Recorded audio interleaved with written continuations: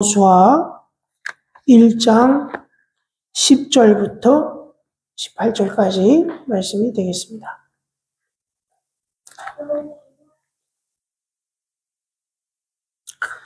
예, 다 찾으신 줄 알고 제가 봉독하도록 하겠습니다. 여호수아서 1장 10절부터 18절입니다. 이에 여호수아가 그 백성의 관리들에게 명령하여 이르되 진중에 두루 다니며 그 백성에게 명령하여 이르기를 양식을 준비하라. 사흘 안에 너희가 이 요단을 건너 너희 하나님 여호와께서 너희에게 주사 차지하게 하시는 땅을 차지하기 위하여 들어갈 것임이니라 하나. 여호수아가 또 르우벤 지파와 갓 지파와 므낫세 반 지파에게 말하여 이르되 여호와의 종 모세가 너희에게 명령하여 이르기를 너희 하나님 여호와께서 너희에게 안식을 주시며 이 땅을 너희에게 주시리라 하였나니 너희는 그 말을 기억하라. 너희의 처자와 가축은 모세가 너희에게 준 요단 이쪽 땅에 머무르려니와 너희 모든 용사들은 무장하고 너희의 형제보다 앞서 건너가서 그들을 돕되 여호와께서 너희를 안식하게 하신 것 같이 너희의 형제도 안식하며 그들도 너희 하나님 여호와께서 주시는 그 땅을 차지하기까지 하라. 그리고 너희는 너희 소유지 곧 여호와의 종 모세가 너희에게 준 요단 이쪽 해 돋는 곳으로 돌아와서 그것을 차지할지니라. 그들이 여호수아에게 대답하여 이르되 당신이 우리에게 명령하신 것은 우리가 다 행할 것이요 당신이 우리를 보내시는 곳에는 우리가 가리이다. 우리는 범사에 모세에게 순종한 것 같이 당신에게 순종하려니와 오직 당신의 하나님 여호와께서 모세와 함께 계시던 것 같이 당신과 함께 계시기를 원하나이다. 누구든지 당신의 명령을 거역하며 당신의 말씀을 순종하지 아니하는 자는 죽임을 당하리니 오직 강하고 담대하소서. 아멘. 악기 자분들과 인사하겠습니다. 오라 우리가 여호와께 돌아옵시다. 오라 여호와께 돌아갑시다. 네, 그렇죠. 앞뒤 자분들이니까 4번 하셔야 되는데.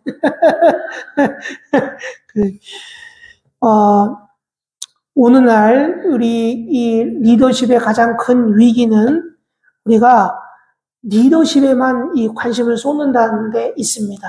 이 얘기는 무슨 말이냐면 너도 나도 리더만 되려 하고 보스만 되려 한다는 거예요. 그래서 뒤에서 다른 일에는 관심이 없습니다. 좋은 리더가 부족한 것도 문제지만 좋은 리더가 이끄는 대로 겸손하게 헌신적으로 잘 따라주는 사람이 부족한 것도 큰 문제인 것입니다.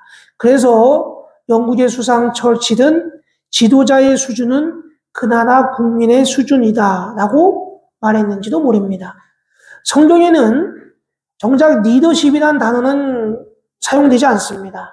오히려 거기서는 fellowship, 그 다음에 servantship, 무슨 말이냐면 따르는 일, 섬기는 일을 얘기하고 있는 것입니다.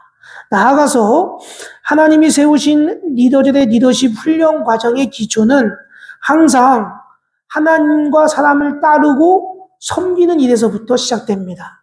그러니까 리더를 따르는 법을 제대로 익히지 못한 사람은 제대로 된 지도자가 될 수가 없는 것입니다. 그러니까 내가 따르는 법을 모른 채 지도자 자리에 오를 때에 미치는 영향력은 다른 사람은 물론 자기 자신까지도 파멸로 이끌고 갈 수 있다는 것입니다. 내가 다른 사람의 권위나 권세에 굴복하지 않고 반기를 드는 반골 성향이 강한 사람이 그 지도자의 자리에 오르면 독재자가 되기 쉽습니다. 또한 그는 더 지독하고 힘이 센 반란자에게 결국 당하기 마련입니다. 하나님의 아들이자 탁월한 리더이신 예수님은 하나님께 철저히 순종하는 법을 몸으로 보여주셨어요. 우리 역시 지위, 나위, 경험, 학벌, 능력에 상관없이 먼저 철저하게 하나님께 순종하는 사람이 되어야 합니다. 그뿐 아니라 하나님이 세우신 그 사람의 권위에도 순종하는 훈련을 해야 합니다. 그럴 때에 하나님이 우리에게 권위를 허락해 주실 것입니다. 그 권위는 눈에 보이지 않죠. 그런데 강력한 힘이 있습니다. 여호수아는 하나님의 음성을 듣고 즉시 순종하는 훈련이 된 지도자였습니다. 그래서 어렵고 힘든 상황 속에서도 그가 이끄는 사람들의 전폭적인 지지와 충성을 받을 수가 있었던 거예요. 오늘 이제 여호수아서 1장 후반절을 보면 우리가 이 지도자를 따르는 것, 그것의 중요성을 우리에게 보여주고 있습니다. 자, 10절을 보면 여호수아는 하나님의 명령이 떨어지기가 무섭게 이스라엘의 모든 지도자들을 소집합니다. 두려움이 앞을 가로막고 있지만 여호수아는 백성을 거느리고 약속의 땅으로 들어가라는 그 여호와의 명령에 지체 없이 순종합니다. 여호수아가 이걸 어떻게 하나 고민하는 일에 시간을 낭비하지 않았어요. 그러면 리더십이라는 것은 즉각적으로 순종해야 되는 것입니다.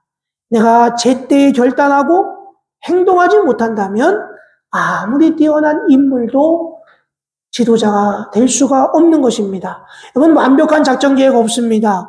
기본적인 준비는 철저히 해야겠지만 너무나 지도자가 오랫동안 생각만 하고 있으면 아무것도 안 돼요. 하나님이 지금 막 움직이려고 해요. 하나님이 지금 발을 움직이려고 해요. 그러면 우리는 그 리듬에 맞춰서 춤을 춰야 되는 거예요. 오늘날 이 전문화되고 고급화된 문화에 길들여져 있기 때문에 너무나 많은 하나님의 지도자들이 영적인 야성을 잃어버렸어요. 그래서 그냥 많은 지도자들이 앉아서 그냥 계산기만 두드리고 안전하고 명예를 따르고 있습니다.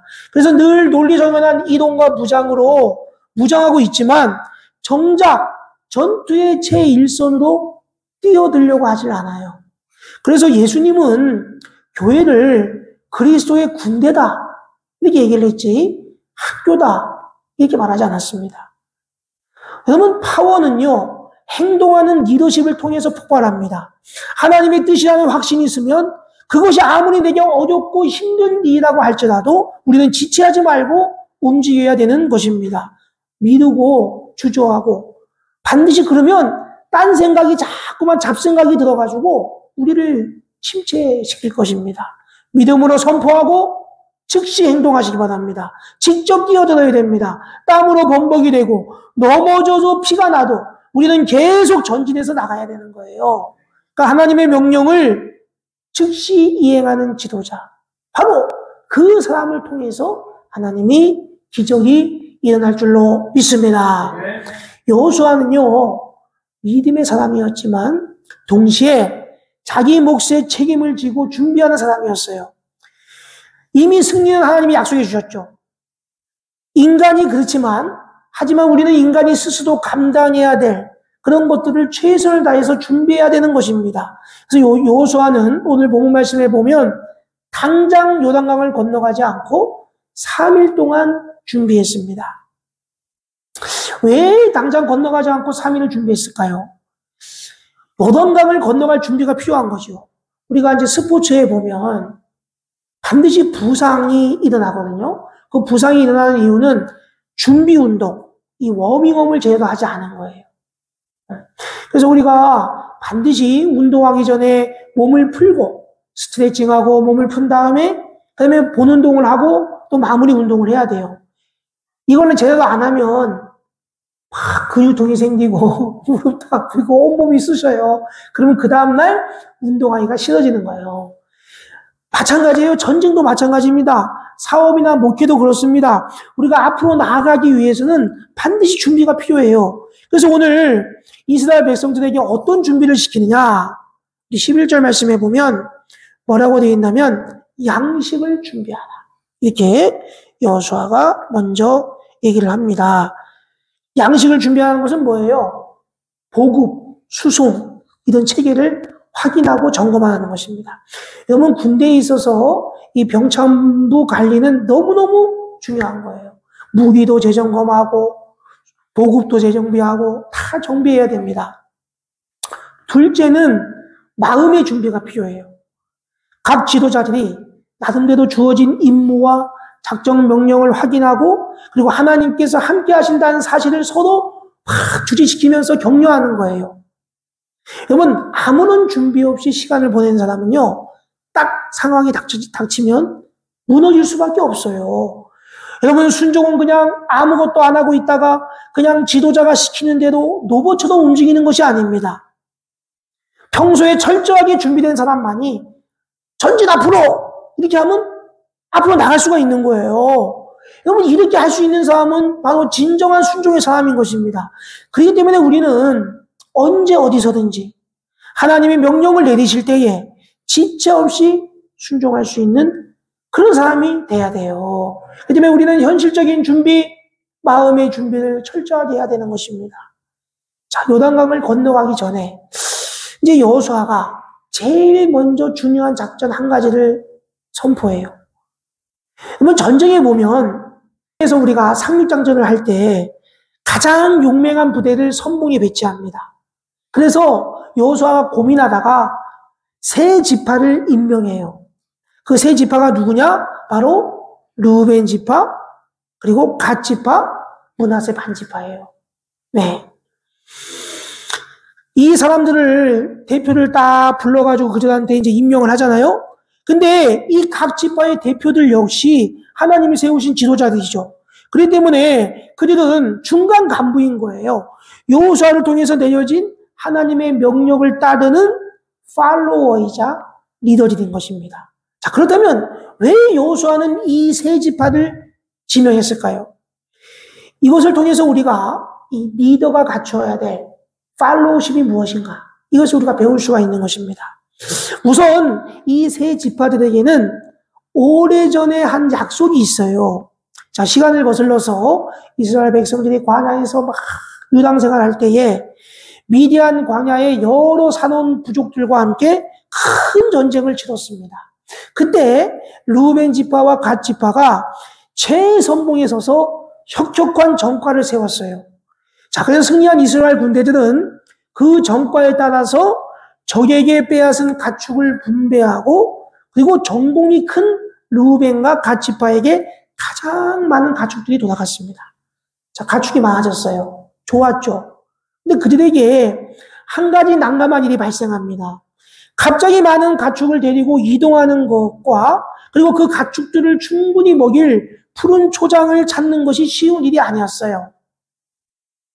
그래서 요단강 동표 땅을 이미 정복한 이스라엘이 요단강을 건너가기 전에 요단강을 동편에서 서편으로 건너가는데 건너가기 전에 이 르우벤과 갓 지파는 광활하여 가축을 먹이기에 좋은 그 땅에 머물기를 원했던 것입니다.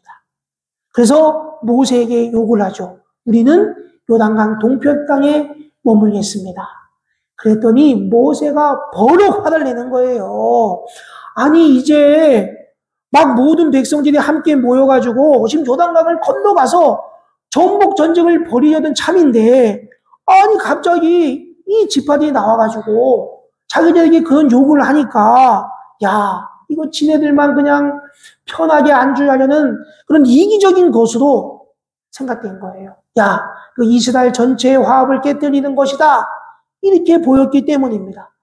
자, 이 얘기를 듣자 다른 지파들도 막 주춤주춤해요. 그러자 이 르우벤과 갓 지파와 므낫세 반 지파가 절충안을 내놓습니다.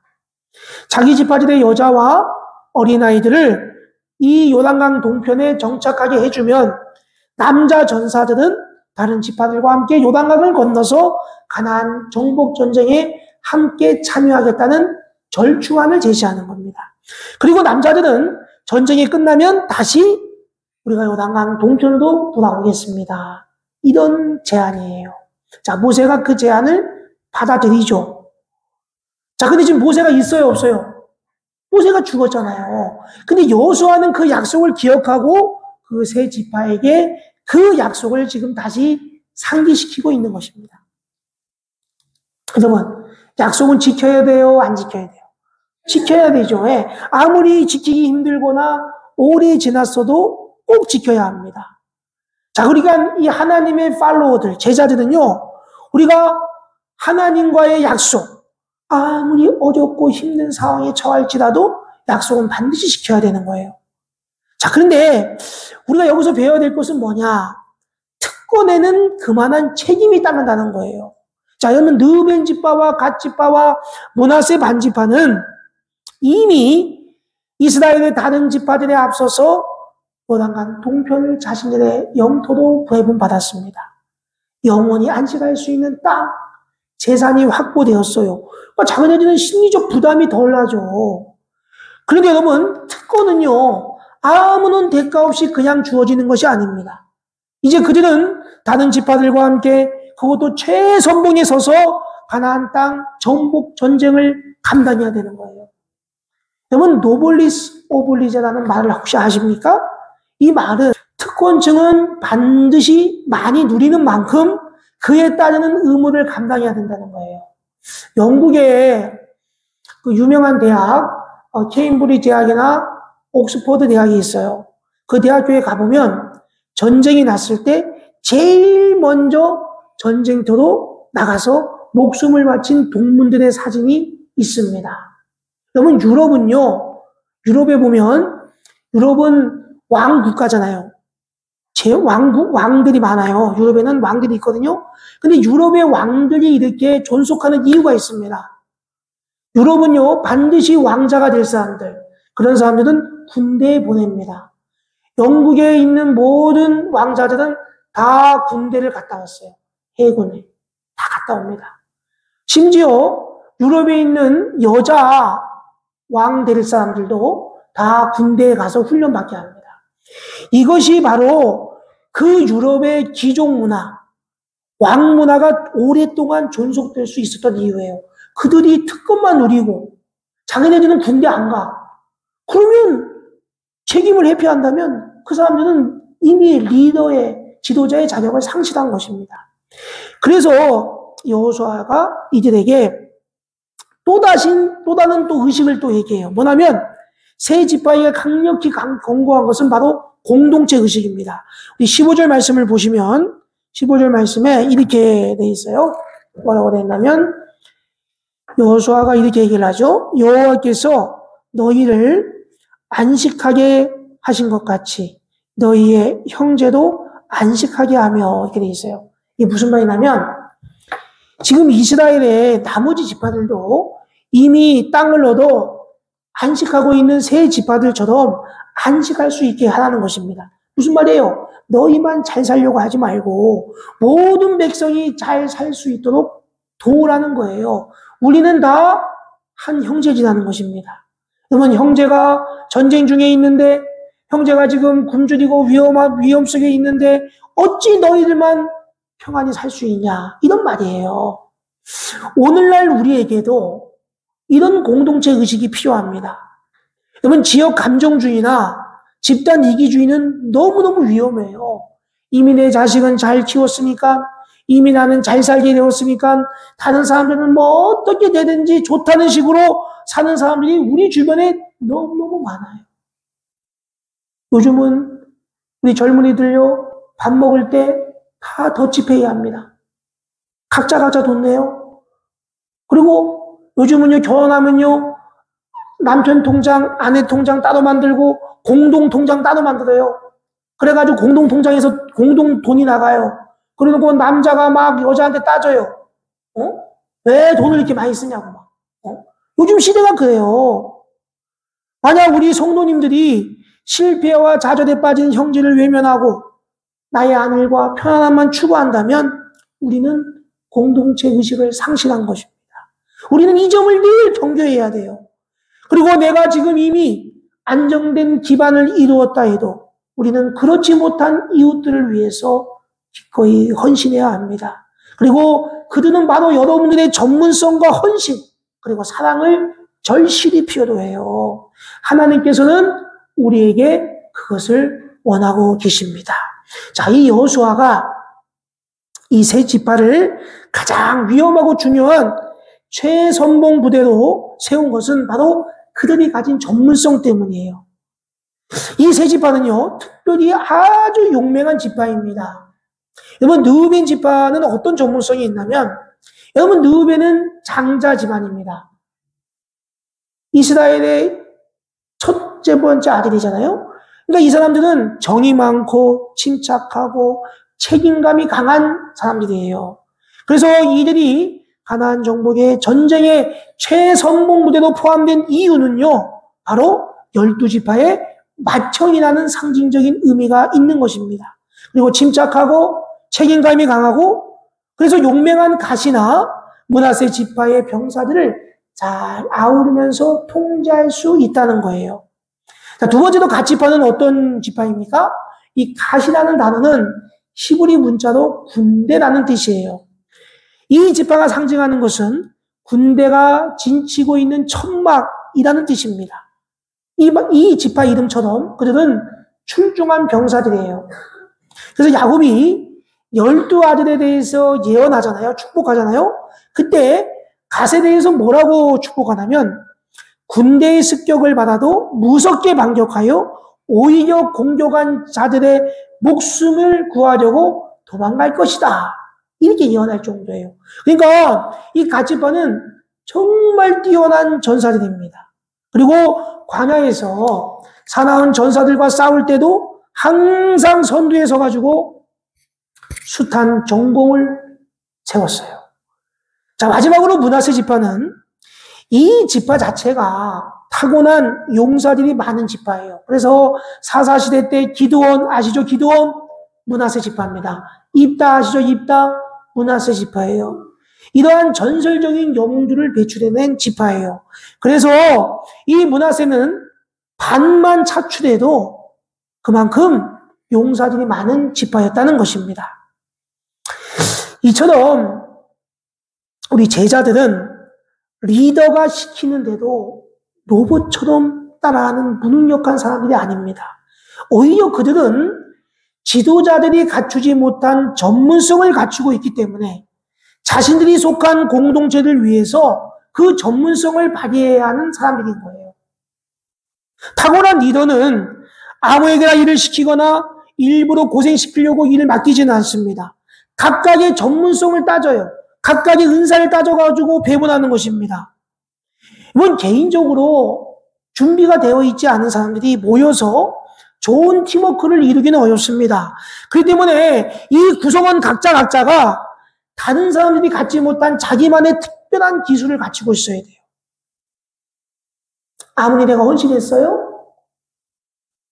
그렇지만 나에게 주어진 그 임무를 완수할 수 있는 능력, 곧 전문성이 따르지 않는다면 사실 그 제자들의 헌신은 아무 힘이 없는 것이 되고 맙니다.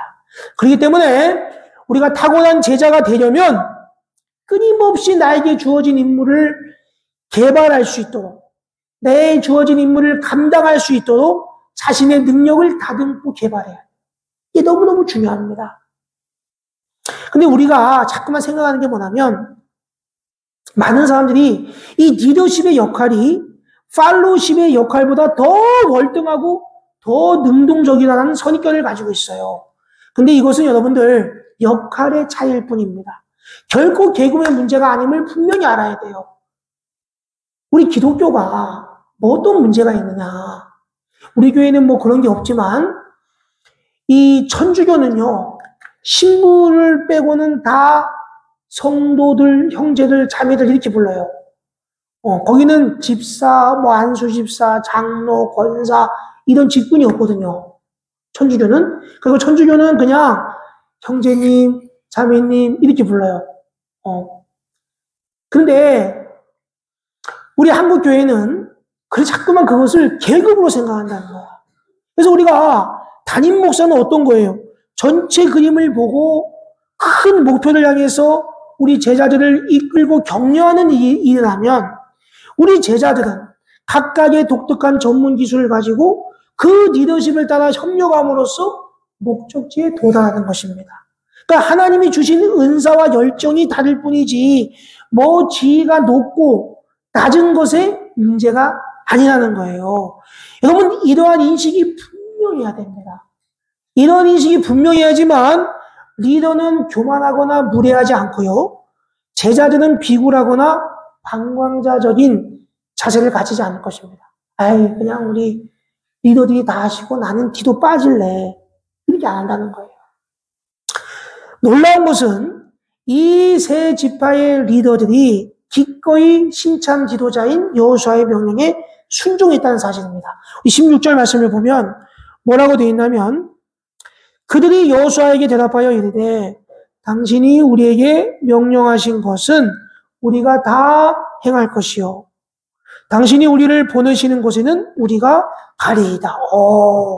여러분, 리더십이 검증되지 않는 이 신참 지도자의 명령을, 그것도 목숨을 잃을 수도 있는 자리에 기꺼이 나아가고 있는 거예요. 순종하고 있는 것이에요. 여러분, 사람의 마음은요, 화장실 들어갈 때 나가고 화장실 나올 때 다 다르다 그래요. 에? 조동조동 바뀌잖아요. 아무리 굳게 한 약속이라고 하지만 아니 10수년 전에 광야 시절 때 그것도 여호수아의 전임 지도자 모세에게 한 약속이에요. 세 지파 사람들도 아니 그 약속을 지키려는 여호수아의 명령을 들었을 때 아니 내가 그 약속을 뭐 꼭 지킬 필요가 있나? 이렇게 생각할 수 있어요. 아니 우리는 이미 요단강 동편의 땅을 다 차지했는데 우리가 굳이 이 약속을 지켜야 돼? 이렇게 생각할 수 있어요. 더군다나 그들은 모두 일당백의 막강한 용사들입니다. 그들에게는 아쉬울 게 없어요. 강력한 힘과 수많은 재산들도 확보해 놓은 상태예요. 굳이 목숨을 걸고 여호수아의 명령을 따를 필요가 없다라는 생각이 들지도 모릅니다. 그리고 더군다나 그들은 모세의 리더십에 익숙해져 있던 사람이에요. 40년 동안 모세의 리더십에 익숙한 사람들이에요. 그러니까 모세의 명령이라면 꼼짝 못하고 선택 여지가 없을 수도 있어요. 그런데 신참 리더자인 여호수아의 그 강한 명령, 야 너희 세 지파 선봉부대에 나가서 싸워. 이렇게 하면 막 얼굴 찌푸리고 여호수아 왜 저래 진짜 밥맛 떨어지게 이렇게 할 수도 있다는 거예요. 근데 더 놀라운 사실은 그들의 전투력이 나머지 9지파와 대결해도 이길 수 있는 거예요. 충분히 이길 수 있는 집단이에요. 그러니까 그들이 만약에 이 반역의 칼이라도 들었다면 여호수아가 진압하기 힘듭니다. 그런데 그들이 군소리 없이 여호수아의 명령에 순종했습니다. 어떻게 그럴 수가 있었을까요?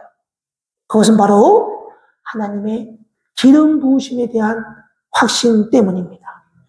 그 세 지파가 무슨 여호수아의 위대함에 압도된 것이 아니에요. 그들은 여호수아를 지도자로 세우신 하나님의 섭리를 보았던 거예요. 그리고 하나님이 자기 민족에게 주신 비전을 완수해갈 사람이 바로 여호수아인 것을 뜨거운 심장의 감동으로 확신한 것입니다. 그러니까 이 역사의 최고의 명감독이신 하나님은 어떠한 선수를 내세우든지 간에 반드시 그를 통해서 승리를 읽어내실 거라는 것을 그들이 믿은 거예요. 여러분, 정말 제대로 된 제자들은 사람들에게 헌신하는 가신 그룹이 아니에요. 여러분, 많은 지도자들이요, 자신의 개인적인 추종자들을 만들려는 함정에 빠집니다. 근데 여러분, 이러한 시도는요, 100이면 100 다 실패합니다. 아무리 위대한 지도자도 다 불완전한 인간들일 수밖에 없어요. 그러니까 누구나 가까이 가보면 다 존경스럽지 못한 측면을 발견할 수밖에 없습니다. 그래서 그것은 곧 그 리더에 대한 실망, 그 리더에 대한 불만으로 이어지기 때문에 나아가서는 반역하고 배신할 수 있는 것입니다. 그래서 여러분 인류 역사에 그 카이사르의 가슴에 브루투스가 피수를 꽂잖아. 그래서 카이사르가 막 칼을 맞으면서 브루투스 너 맞아 이렇게 얘기하잖아요. 이러한 브루투스들이 많이 있다는 거예요. 물론 이러한 배신과 반역이 단순히 리더의 인간적인 부족함 때문에 일어나는 것만 아닙니다. 리더에게 충성을 맹세하며 접근하여 오히려 그를 이용해서 권력과 부를 챙기려는 탐욕스러운 팔로워들, 제자들 때문에 일어나기도 합니다. 그렇기 때문에 이렇게 이중적인 리더와 지도자들과 제자들과의 관계는 결코 오래가지 못해요. 모래성에 쌓을 수밖에 없는 것입니다. 여러분, 제자들이 리더가 유능하기 때문에 그를 맹목적으로 따라주는 것이 아닙니다. 부족함이 있다고 하더라도, 우리 리더는 하나님이 뜻이 있어서 하나님의 뜻 때문에 위에서 세워주는 권위이기 때문에 그에게 순종하는 거예요. 그러면 리더에게 순종하는 것이 곧 하나님을 기쁘시게 해드리는 것입니다. 또한 그것이 이 리더십의 자질을 끊임없이 업그레이드 시키는 훈련이 돼요. 자, 근데 더 놀라운 사실은 가장 위험한 임무를 수행해야 될 이 최선봉 부대도 뽑힌 이 세 지파들은 기쁘게 순종하는 것에 한술 더 떠가지고 지도자인 여호수아에게 힘을 내라고 격려까지 한다니까요. 오늘날 갈등들이 많잖아요. 세대간의 갈등, 노사의 갈등, 정책의 리더십의 갈등, 국민들 사이에 이루어지는 갈등. 이런 갈등을 보면 우리가 막 한숨이 나오잖아. 근데 과연 우리는 정성을 다해서 리더를 세우고 그 세운 리더를 격려하는 분위기를 조성할 수 있느냐 이거예요. 성경 본문에는 그 지도자들과 그 뒤를 따르는 백성 간의 끈끈한 헌신과 순종이 나옵니다. 자, 우리 여호수아의 심정을 보세요. 여호수아는 어때요? 제가 지난번에 설교했지만 그는 이 모세의 지도자가 됐습니다. 너무너무 부담감이 커요. 내가 이제 전쟁을 쳐야 되는데 내가 이 전쟁에서 이길 수 있을까? 너무너무 부담감이 많습니다. 자, 그래서 하나님이 여호수아에게 강하고 담대하라 이런 격려를 계속 거듭거듭 줍니다. 또 한편으로 이스라엘 백성들도 불안해요. 여호수아가 뛰어난 전사인 줄 알지만 군인이 항상 뛰어난 통치자는 아니었는데 아무리 젊고 타고난 지도자다 하더라도 지금 그의 리더십이 검증되지 않았어요. 이 모세가 없는 상황 가운데서 이 신참 지도자인 여호수아가 과연 잘할 수 있을까? 우리가 가나안 부족들과 전쟁에서 이길 수 있을까? 이러한 두려움이 그들에게 있었던 것입니다. 자, 그런데 놀라운 사실은 뭐냐? 이 젊은 지도자와 이스라엘 백성들은 모두 자기의 불안전함과 두려움을 억누릅니다. 그리고 하나님을 의지하고 서로 격려해주고 있는 것입니다. 그리고 이 사명을 다 하겠다, 완수하겠다는 헌신을 다짐합니다. 하나님과 백성의 격려에 힘은 여호수아. 이 두려움을 과감히 떨쳐버리고 용기 있는 리더십을 발휘하는 거예요. 자, 오늘 읽은 본문 말씀에 보면 뭐라고 되어 있냐면 17절 말씀을 한번 보겠습니다. 17절에 보면 우리는 범사에 모세에게 순종한 것 같이 당신에게 순종하려니와 오직 당신의 하나님 여호와께서 모세와 함께 계시던 것 같이 당신과 함께 계시기를 원하나이다. 아멘. 그러면서 18절 말씀에 누구든지 당신의 명령을 거역하며 당신의 말씀을 순종하지 아니한 자는 죽임을 당하리니 오직 강하고 담대하소서. 아멘. 그럼 보세요. 나는 이걸 보면서 너무 감동을 받았어. 사실 여호수아가 하나님이 두려워하지 말라, 놀라지 말라, 자원하거나 치우치지 말라, 오직 하나님의 말씀을 묵상하여 너가 두려워하지 말라, 강하고 담대하라 이런 말을 하나님이 했잖아 여호수아에게. 그렇죠? 근데 더 놀라운 사실은 뭐냐면 그 얘기를 이 밑에 있는 르우벤 지파와 갓 지파와 므낫세 반 지파가 똑같이 얘기하고 있는 거예요. 당신이 우리가 모세에게 순종한 것 같이 우리도 당신에게 순종하겠습니다. 그러면서 마지막에 뭐라 그래요? 오직 강하고 담대하소서. 이런 때가 되는 거예요. 할렐루야. 20세기 후반 미국의 최고의 설교자 가운데 한 사람으로 평가되는 척수인돌 목사님이 계십니다. 근데 이 위대한 목회자도 정말 위대한 설교자죠. 젊은 시절에 2군데 이상의 교회에서 인정받지 못하고 교회를 옮겨 다녀야 했던 가슴 아픈 일이 있었어요. 한 교회에서는 설교를 못한다고 쫓겨났습니다.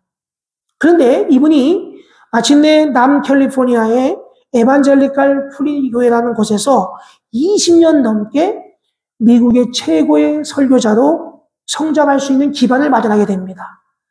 그 교회 교인들은 척수인돌 목사의 설교 은사를 존중했고 그를 보호해주고 충성스럽게 따라주었어요. 그래서 교회를 은퇴할 때 척수인돌 목사님은 눈물을 흘리면서 고백했습니다. 내 세계의 가장 큰 축복은 그 교회 교인들 같은 좋은 제자들을 만난 것입니다. 이게 고백이었어요. 자, 근데 그의 교인 가운데 한 사람이 전해준 이야기가 아직도 기억이 있습니다. 한 번은 이 설교가 너무 감동적이어가지고 이 척수인들 목사를 쫓아가서 목사님 오늘 설교가 너무 감동적이에요. 너무 은혜스러워요. 그랬더니 아니 그 척수인들 목사님이 뜻밖의 눈물을 막 흘리대는 거야.